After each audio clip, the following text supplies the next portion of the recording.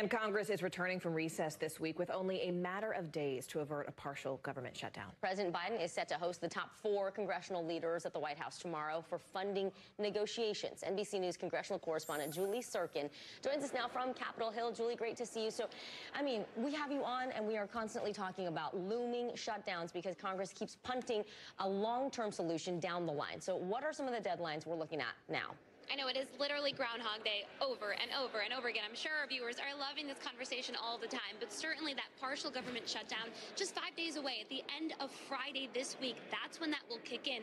That affects agencies concerning agriculture, housing, Veterans Affairs. You see them there on your screen. The Transportation Department, that's not the most critical parts of the government, though. That doesn't happen until March 8th. But the bottom line here is we still don't have those funding bills, so there's nothing for Congress to vote on. There was some back and forth between Leader Schumer in the Senate and Speaker Johnson in the House, haggling over what they call partisan poison pills in these bills. But guys, the clock is ticking. The House isn't back until Wednesday, and so certainly they're really going to get into high gear if they're going to really pass these things and keep the government open this week.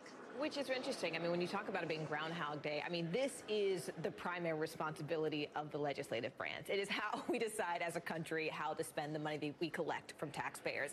Given that, how close are Democrats and Republicans to finally forging a deal? And will it be likely that another temporary stopgap measure is upon us?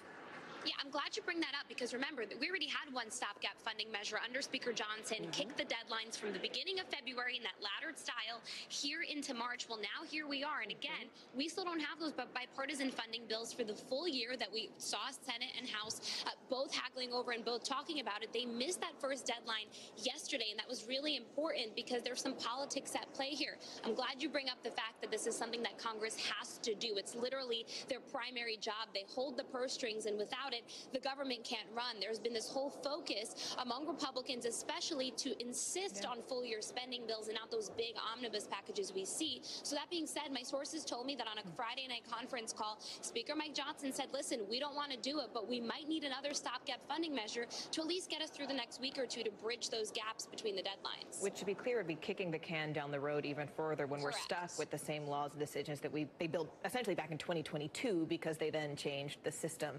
NBC News congressional correspondent Julie Tsirkin for us there from her